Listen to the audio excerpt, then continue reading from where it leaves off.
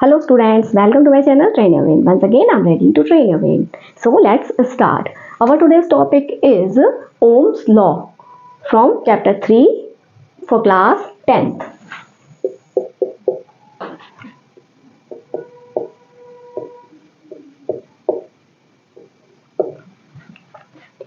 Chapter 3 electricity के first video में मैंने आप लोगों के लिए इलेक्ट्रिक करंट, पोटेंशियल डिफरेंस और सर्किट डायग्राम से रिलेटेड सिंबल्स के बारे में बात की थी। आज हम उससे आगे के टॉपिक की बात करने जा रहे हैं, ओम्स लॉ।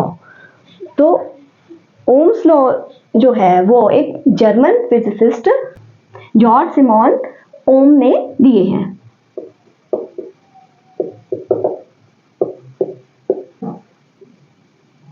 इन्होंने किसी सर्किट में फ्लो होने वाले इलेक्ट्रिक करंट और पोटेंशियल डिफरेंस के बीच में रिलेशन को समझाया है। इसी को बोलते हैं ओम्स लॉ इनके ऑनर में। अब वो लॉ क्या दिया इन्होंने, ये समझते हैं। इन्होंने बताया कि किसी भी सर्किट में फ्लो होने वाली इलेक्ट्रिक करंट डायरेक्टली प्रोपोर्शनल होती है उस सर्किट के पोटेंशियल डिफरेंस की। Means V is directly proportional to I।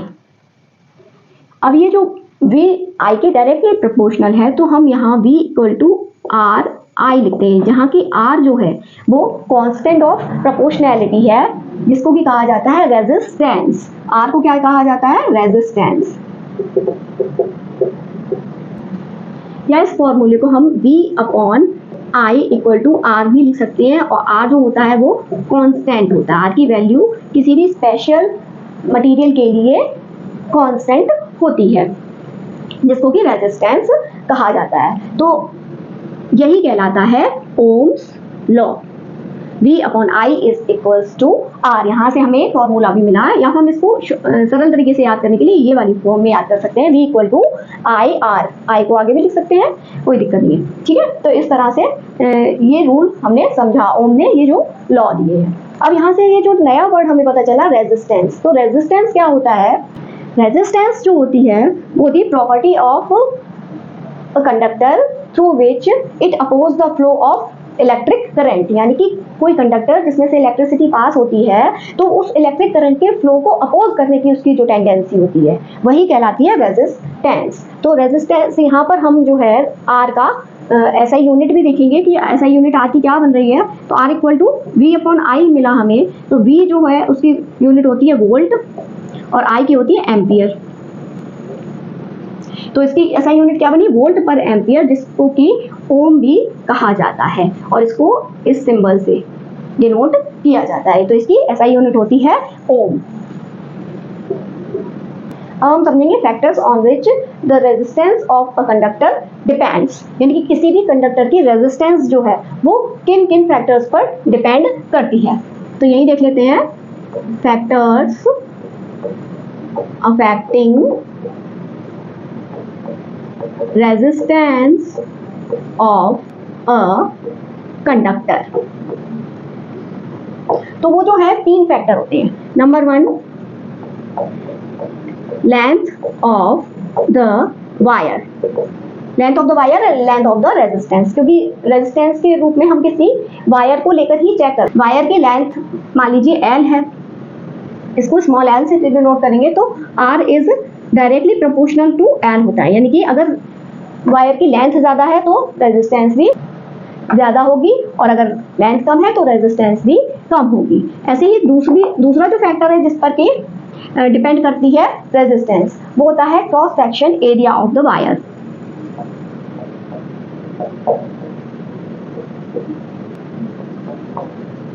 Wire या रेजिस्टेंस। तो क्रॉस सेक्शन एरिया को कैपिटल A से रिप्रेजेंट करेंगे हम। यहाँ A जो है वो एम्पियर का साइन नहीं है, यहाँ A जो है वो एरिया का साइन रहेगा, ठीक है। तो जो रेजिस्टेंस है वो क्रॉस सेक्शन एरिया के इनवर्सली प्रोपोर्शनल होती है। यहाँ पर एरिया लिख देती हूँ मैं, जिससे कि यहाँ कंफ्यूजन ना हो आपको, A को आप एम्पियर ना समझे, ठीक है। तो ये जो है दो फैक्टर्स हमें मिले, और तीसरा जो है वो है मटीरियल ऑफ द वायर।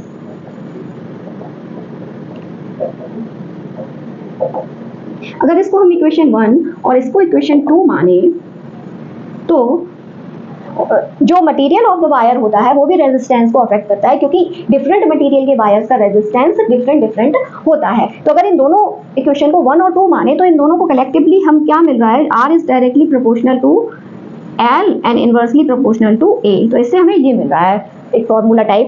तो इसको हम इस तरह भी लिख सकते हैं, R इज इक्वल्स टू, यहाँ पर एक कांस्टेंट ऑफ प्रोपोर्शनैलिटी यूज होता है रो, L अपॉन A। ये रो जो है कांस्टेंट ऑफ प्रोपोर्शनैलिटी है, जो कि एक ग्रीक सिंबल होता है। ये रो जो है इसको कहा जाता है स्पेसिफिक रेजिस्टेंस या फिर रेजिस्टिविटी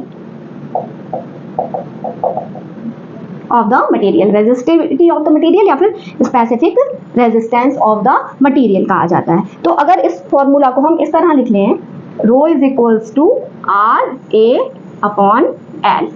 तो रो जो है उसकी एसआई यूनिट हमें यहाँ से क्या मिलेगी, आर की होती है ओम, अभी अभी आपने पढ़ा है, ए यानी एरिया, तो एरिया की होती है metre square, upon L length, तो इसकी होती है मीटर। तो एक ये स्क्वायर जो है मीटर से कैंसिल हो जाएगा, तो रो की यूनिट क्या मिली हमें, ओम मीटर, ये इसकी एसआई यूनिट होती है। इसका मतलब ये हुआ कि specific resistance of a resistor जो है वो उसकी लेंथ और क्रॉस सेक्शन एरिया पर डिपेंड करती है। तो यहाँ से आपको फैक्टर्स तीनों समझ में आए, रेजिस्टिविटी की किसी कंडक्टर के, रेजिस्टेंस के तीनों फैक्टर्स तो जिन पर वो डिपेंड करती है, और ओम्स लॉ, ये दो बातें मैंने यहाँ आपको समझाई। पहले आपने प्रीवियस क्लासेस में कंडक्टर और नॉन कंडक्टर के बारे में आप पहले से समझती हैं, लेकिन अब ये जो ओम्स लॉ भी अभी आपने समझा है और रेजिस्टेंस जो समझी है, तो इसको लेकर जो है कंडक्टर और नॉन कंडक्टर के अलावा भी कुछ चीजें होती हैं, जैसे कि good conductor, bad conductor, resistors और इंसुलेटर या नॉन कंडक्टर्स। तो उनको किस तरह से डिफाइन करेंगे वो भी यहाँ पर हम थोड़ा सा समझ लेते हैं। गुड कंडक्टर देखिए क्या होते हैं, कंपोनेंट या metal of a given size that offers a low resistance, यानी कि जिस मेटल की रेजिस्टेंस बहुत कम होती है उसको कहा जाता है गुड कंडक्टर। गुड कंडक्टर्स की रेजिस्टेंस 10 टू द पावर -6 से 10 to the power -8 ohm metre तक होती है। ऐसे पुअर कंडक्टर देखेंगे, एक component of identical size that offers a higher resistance, यानी कि आइडेंटिकल साइज से मतलब है जिस साइज का कंपैरिजन कर रहे हैं ना अगर हम, तो आइडेंटिकल साइज ही लेना पड़ेगा। मान लीजिए 1 मीटर लॉन्ग है तो, और उसका क्रॉस सेक्शन एरिया भी सेम होना चाहिए, ठीक है। तो ये जो वायर हमने लिया मान लीजिए 1 मीटर ही लॉन्ग है और उसका क्रॉस सेक्शन एरिया सभी का 1 ही मीटर है, अलग अलग मटीरियल के, अगर तो उनमें कंपैरिजन करते हैं फिर रेजिस्टिविटी के बेस पर ही, और तभी पता चलता है कौन कंडक्टर है, कौन नॉन कंडक्टर है, कौन रेजिस्टर है और कौन इंसुलेटर है, ठीक है। तो ये जो वायर या जो मटेरियल हायर रेजिस्टेंस शो करेंगे वो पुअर कंडक्टर होंगे। रेजिस्टर्स क्या होते हैं कि रेजिस्टर्स जो है conductor having some appreciable resistance. Appreciable resistance का मतलब है कि उसके रेजिस्टेंस पता चले, यानी कि जो हीटिंग इफेक्ट देने लगे, तो वो सब कहलाएंगे रेजिस्टर्स। ऐसे ही इंसुलेटर जो होते हैं वो होते हैं components of same size offers even higher resistance, यानी कि इनकी रेजिस्टेंस बहुत ज़्यादा होती है। इनकी रेजिस्टेंस बहुत ज़्यादा से मतलब 10 to the power 12 to 10 to the power 17 ohm metre तक होती है इंसुलेटर्स की रेजिस्टेंस। तो ये कुछ पॉइंट्स हैं, ये छोटे छोटे आंसर्स के लिए आपको याद रखने पड़ेंगे। ऐसे ही कुछ एलॉयज भी हीटिंग इफेक्ट के लिए यूज किए जाते हैं, तो ये बात भी हमेशा आपको ध्यान रखनी है कि एलॉय की रेजिस्टेंस जो है वो उनमें मिलने वाले मटेरियल, कंपोनेंट ऑफ मटेरियल के रेजिस्टेंस के से ज़्यादा ही होती है, यानी कि उसमें जो कंपोनेंट्स यूज किए, जैसे निक्रोम है तो निकिल और क्रोमियम उसमें यूज हुआ है, तो निकिल और क्रोमियम की जितनी भी रेजिस्टेंस होगी, इनसे बना जो एलॉय निक्रोम है उसकी रेजिस्टेंस इन दोनों ही कंपोनेंट से ज़्यादा होगी। इसीलिए जो है वो हीटिंग इफेक्ट के लिए अधिकतर एलॉय ही यूज किए जाते हैं, जो एलॉयज जो है वो हायर टेम्परेचर पर भी ऑक्सीडाइज नहीं होते, यानी बर्न नहीं होते हैं, तो और वो अच्छा हीटिंग इफेक्ट देते हैं। इसी वजह से टंगस्टन जो है उसका मेल्टिंग पॉइंट बहुत ज़्यादा होता है, इसीलिए उसको बल्ब के फिलामेंट बनाने के लिए यूज किया जाता है। और कॉपर और एल्यूमिनियम वायर को जनरली इलेक्ट्रिसिटी के ट्रांसमिशन के लिए यूज किया जाता है। एक डिवाइस होती है रियोस्टेट। ये जो डिवाइस है ये यूज की जाती है किसी भी इलेक्ट्रिक सर्किट के इलेक्ट्रिक करंट को रेगुलेट करने के लिए विदाउट चेंजिंग इट्स वोल्टेज या पोटेंशियल डिफरेंस। उसका पोटेंशियल डिफरेंस चेंज नहीं किया जाता है और रियोस्टेट से उसमें जो इलेक्ट्रिक करंट फ्लो हो रहा है उसको रेगुलेट किया जा सकता है। उस डिवाइस को बोला जाता है रियोस्टेट। ये कुछ इंपॉर्टेंट बातें हो गई रेजिस्टेंस से रिलेटेड। अब हम बात करेंगे कॉम्बिनेशन ऑफ रेजिस्टर के बारे में, जो कि मैंने अभी फर्स्ट में आपको बताया था ना, अमीटर और वोल्ट मीटर के बारे में मैंने बताया था जब आपसे कहा था कि इनको सीरीज कॉम्बिनेशन या पैरेलल कॉम्बिनेशन में फिट किया जाता है। तो वही चीज अब आपको यहाँ समझनी है, कॉम्बिनेशन ऑफ रेजिस्टर्स। तो आइए अब बात कर लेते हैं कॉम्बिनेशन ऑफ रेजिस्टेंस की।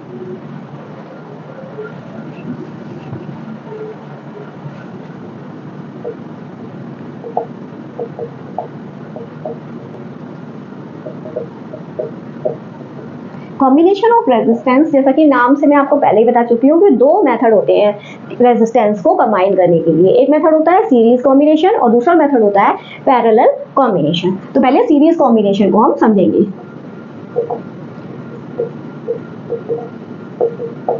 सीरीज कॉम्बिनेशन में क्या होता है कि जितने भी रेजिस्टेंस होते हैं, 1 2 3 या 4, जितने भी रेजिस्टेंस आप किसी सर्किट में यूज कर रहे हैं वो एंड टू एंड कनेक्ट होते हैं। एंड टू एंड कनेक्शन का मीन्स है कि second end of the first resistance is combined with the first end of the second resistance। देखिए किस तरह से, मान लीजिए हम 3 रेजिस्टेंस ले रहे हैं अपने इलेक्ट्रिक सर्किट में, तो 1 2 और 3, ये तीनों यहाँ से एंड टू एंड कंबाइंड है।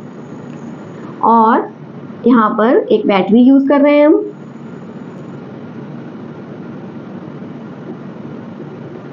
और क्या यूज करेंगे, की यूज करेंगे और अमीटर भी लगाएंगे।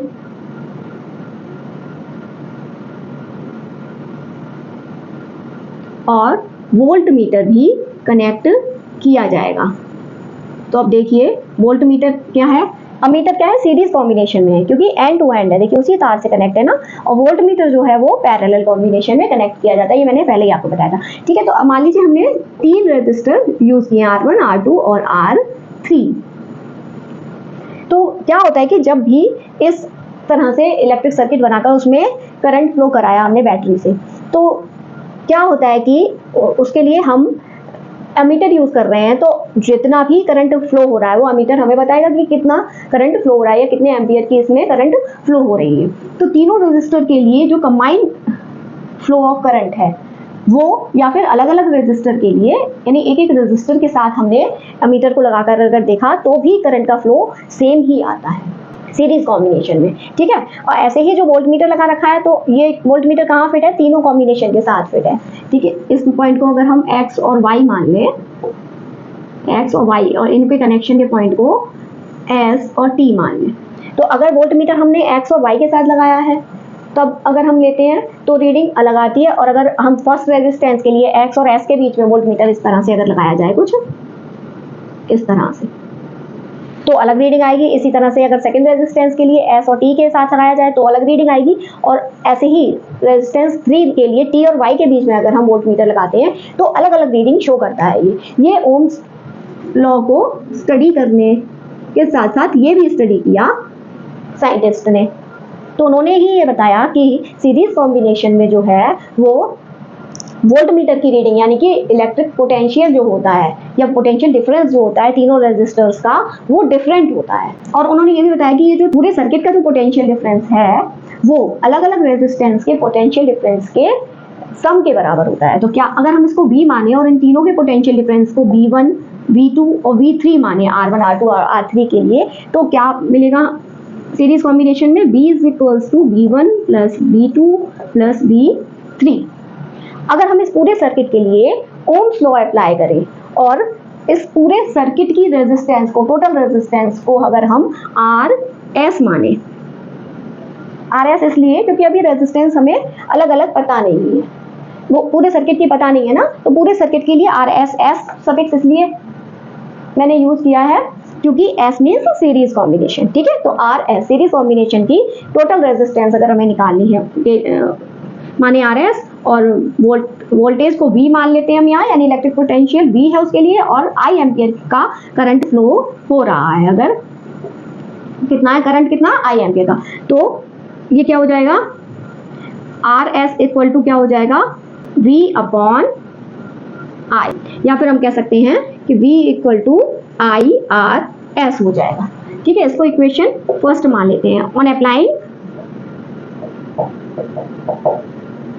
ओम्स लॉ, अगर हमने पूरे रेजिस्टर, अब हम अलग अलग रेजिस्टर पर अलग अलग ओम्स लॉ अप्लाई करें तो हमें क्या मिलेगा, V1 इक्वल टू IR1, ऐसे ही V2 इक्वल टू IR2 और V3 इक्वल टू IR3 मिलेगा, क्योंकि तीनों रेजिस्टेंस के लिए जो पोटेंशियल डिफरेंस है वो अलग अलग है और तीनों में ही जो है वो इलेक्ट्रिक करंट जो है सेम पास हो रहा है। तो इसके लिए इस तरह से इक्वेशंस बन जाएंगी, 1 2 3 और 4th इक्वेशन इसको हम मान लेते हैं।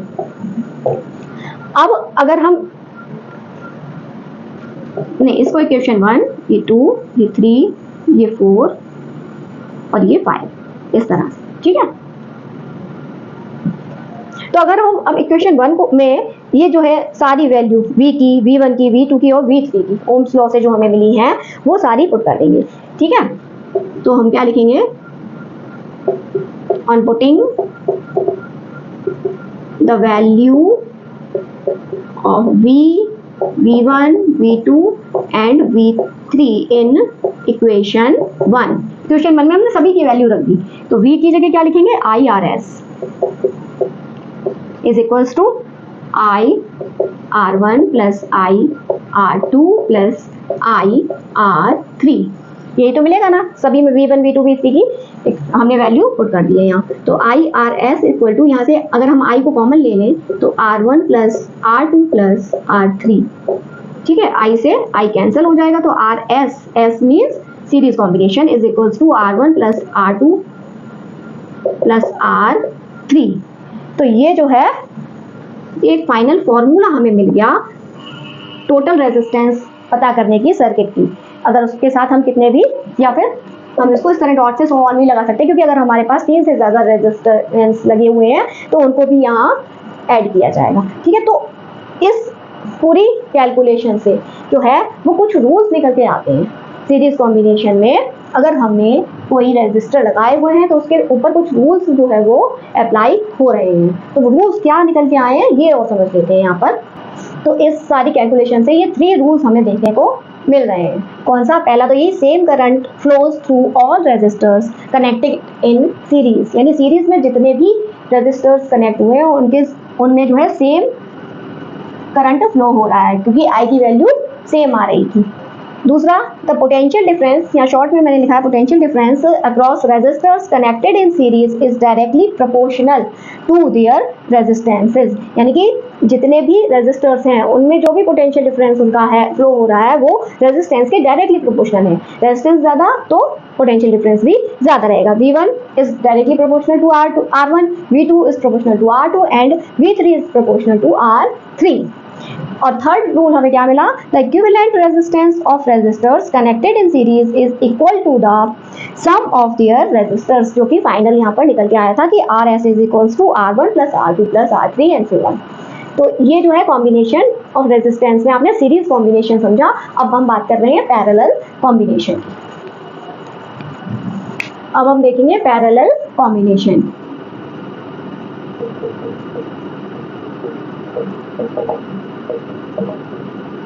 पैरेलल कॉम्बिनेशन में क्या होता है, जितने भी रेजिस्टर्स कंबाइन किए जाते हैं वो सारे ही सर्किट के एक ही पॉइंट से कनेक्ट होते हैं। जैसे देखिए कुछ इस तरह से, यहाँ पर भी हम 3 रेजिस्टर लेंगे,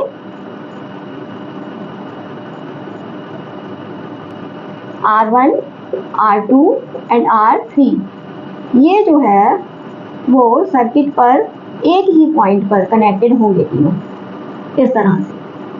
इसको पैरेलल कॉम्बिनेशन इसलिए बोला गया क्योंकि तीनों ही पैरेलल हैं एक दूसरे की, ठीक है। और हम यहाँ पर बैटरी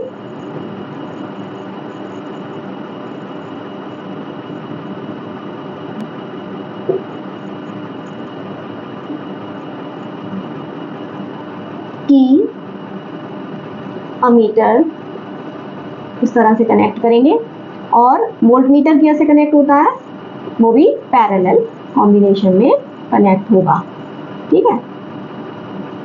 इस तरह से वोल्टमीटर कनेक्ट हो गया, तो ये हमारा सर्किट बनके तैयार हो गया पैरेलल कॉम्बिनेशन का। अब देखिए पैरेलल कॉम्बिनेशन के सर्किट में जो I एम्पियर की करंट फ्लो हो रही है, ये positive terminal to negative terminal चल रही है, तो ये क्या होगा कि ये जब यहाँ इस पॉइंट पर जाएगी एस टी पॉइंट मान लेते हैं इनको। तो ये एस और टी पॉइंट पर अगर जाए ऐसे हो, एस पॉइंट पर जब इधर आएगी तो ये क्या होगा कि 3 अलग अलग रेजिस्टर्स में बट जाएगी। तो यहाँ पर जो है जब एमीटर से अलग अलग लगा कर देखा जाता है, तीनों रेजिस्टर्स की जो है वो अलग अलग रीडिंग आती है, किसकी, अमीटर की रीडिंग। और यहाँ वोल्ट मीटर की रीडिंग जब तीनों रेजिस्टर्स के साथ हम अलग अलग लगाएंगे तो सेम आएगी और पूरे सर्किट की भी सेम रहेगी, यानी कि यहाँ पर पोटेंशियल डिफरेंस चेंज नहीं होता है और जो इलेक्ट्रिक करंट है उसकी वैल्यू चेंज हुई मिलती है। तो फिर यहाँ पर क्या होता है कि क्या कंडीशन बनती है कि ये जो I है तो इसके लिए I1 और इसके लिए I2 और इसमें I3 करंट फ्लो होगा। इस तरह से जो करंट फ्लो हो रहा है वो अलग अलग उसका रीडिंग आएगी। तो टोटल जो करंट फ्लो हो रहा है वो इक्वल टू रहता है I1 plus I2 plus I3 के। इसको इक्वेशन 1 मान लेते हैं, ये रीडिंग से देखने को हमें मिलता है। तो ये अगर इक्वेशन 1 है तो फिर हम अगर पूरे सर्किट में ओम्स लॉ लगाएं तो अप्लाइंग ओम्स लॉ तो क्या होगा, V equal to I R से, R को अगर हम क्या मान लें, आर पी, यहाँ पे सफिक्स हमने P दिया है क्योंकि पैरेलल कॉम्बिनेशन के लिए, ठीक है। तो V equal to I R P बन जाएगा, इसको इक्वेशन सेकंड मान लेते हैं हम।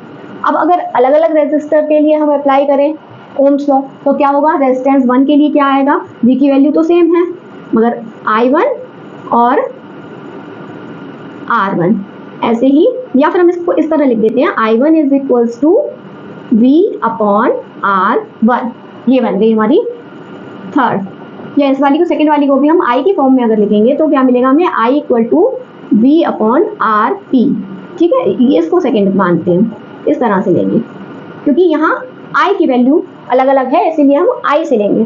तो यहाँ पर भी I2 बराबर हमें क्या मिलेगा, V अपॉन R2, ये फोर्थ इक्वेशन हो गई। और इसी तरह I3 इक्वल टू हमें मिलेगा V अपॉन R3, ये फिफ्थ इक्वेशन हो गई।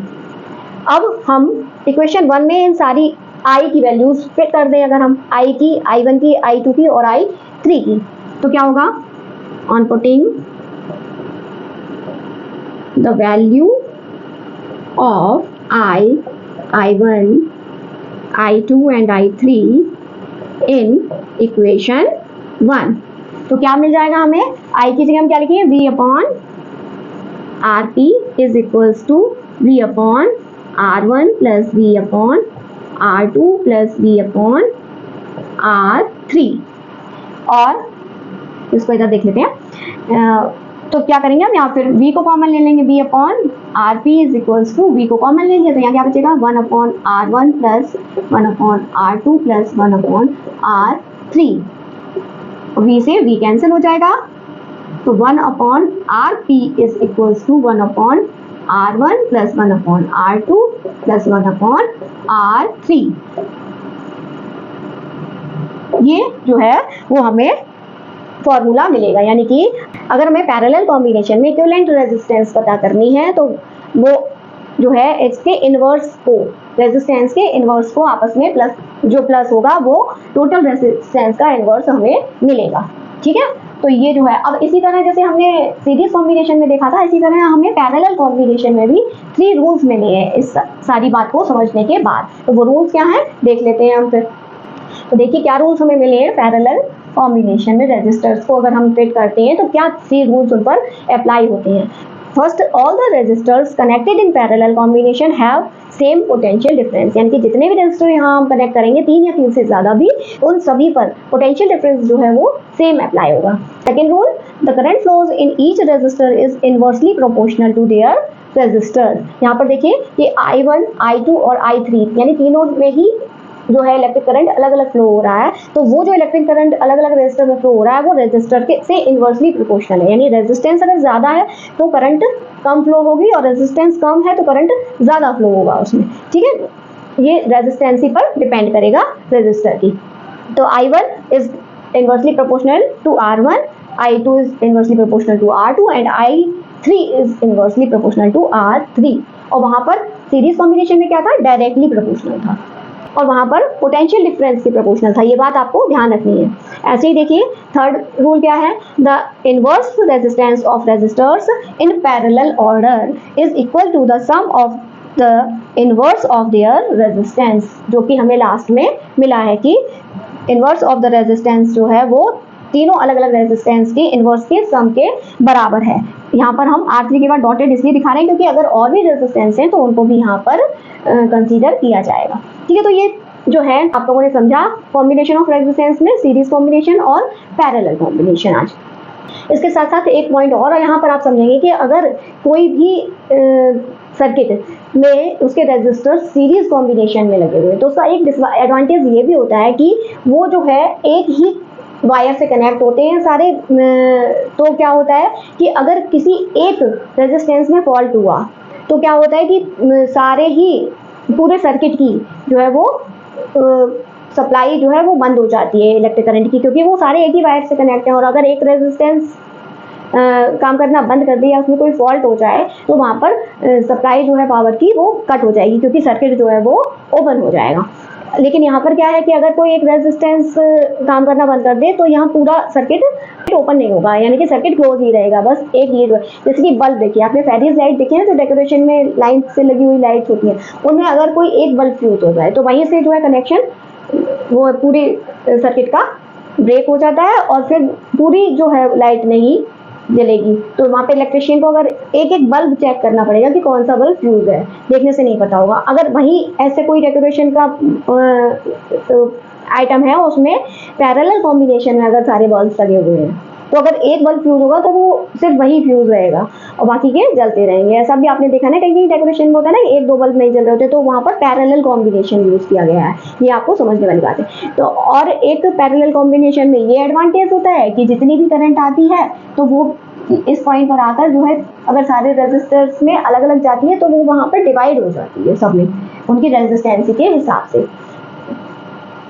तो ये डिफरेंस जो है सीरीज और पैरेलल कॉम्बिनेशन में देखने को मिलता है। तो आज का ये वीडियो आपको कैसा लगा कमेंट करके मुझे ज़रूर बताइए। अगर अच्छा लगा है तो लाइक कीजिए, अपने फ्रेंड्स के साथ शेयर भी कीजिए। चैनल पर नए हैं तो चैनल को सब्सक्राइब कीजिए, बेल आइकन को ज़रूर हिट कीजिए जिससे आने वाले वीडियोस की नोटिफिकेशन आपको टाइम टू टाइम मिलती रहे। मिलूंगी आपसे नेक्स्ट वीडियो में नेक्स्ट टॉपिक के साथ। टिल देन कीप स्टडिंग, क्योंकि पढ़ेगा इंडिया तभी तो बढ़ेगा इंडिया। नमस्ते।